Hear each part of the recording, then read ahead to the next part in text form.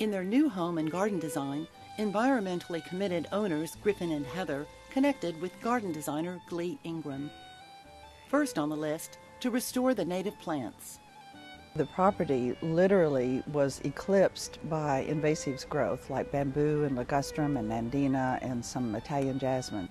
You couldn't even see the existing wonderful trees like live oak and shin oak and cedar elm and mountain laurel and buckeyes. They were invisible and out of sight.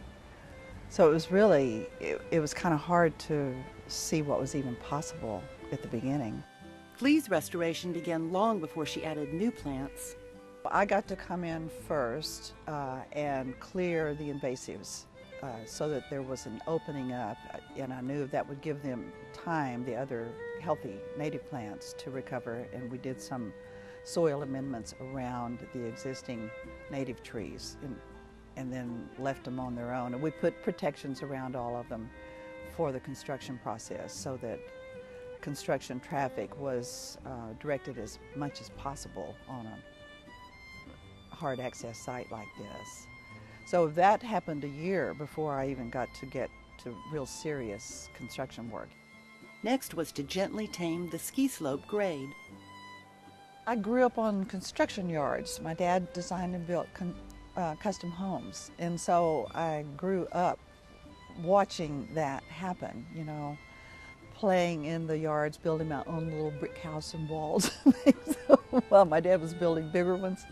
So it sort of came maybe in my DNA and certainly in the process of growing up with that. And then I took courses in, you know, how you figure out elevations. Her experience paid off in this site. It's hard to dig down 5 inches and you hit really hard caliche and bedrock. So big boulders just popped out of the ground and we reused them on site. Working with stonemasons, she designed a primary spine for travel with what they'd unearthed. There's a 100-foot long walkway built of really large boulders. There's a drop of 20 feet in that length of run. Glee and the stonemasons put everything to use, crafting remnants and shards for walls and terraces.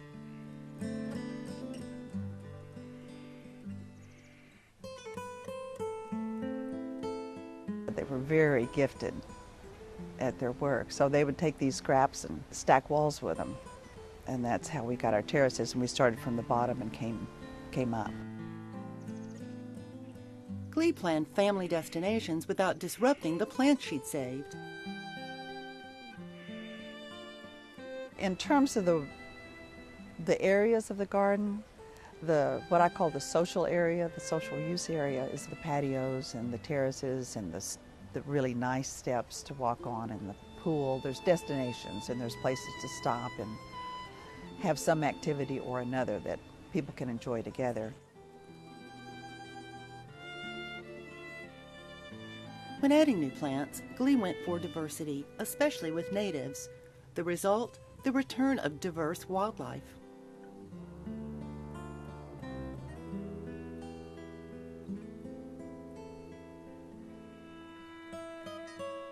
The family's rescued dogs like clambering around on the rocks, but for some things, a little zoysia grass was in order. There was a resolution not to have a lawnmower or any grass at the beginning, and there are 5 dogs just didn't get that at all. The utility area also houses rainwater collection. 2 tanks handle most irrigation needs, including the vegetable garden and fruit trees. In front, Glee stuck with deer-resistant plants. But to enjoy wildlife at the entrance view, David Mahler of Environmental Survey Consulting built a stream along the front of the house. It was a constrained area. It was a narrow area between the drive and the house, and we needed to do something with it to make it feel more natural and more welcoming. They extend the water theme to welcome friends with a seep wall that softens a structural column.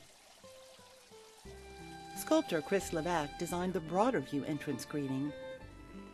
It's the focal point from the front door, and there's this wonderful arch made out of cedar wood that kind of frames those trees.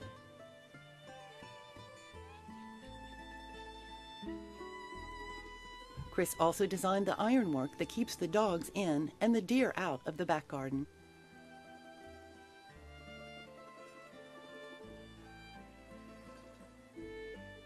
Structure is an element in this native plant garden that responds to every season. Plants have their moments of glory before going dormant, and others take over. It's a cycle that renews this renovated land to its roots. I think trying to create picture perfect all the time is what really has caused so much damage. We all need rest. Actually, a native plant garden is always picture perfect.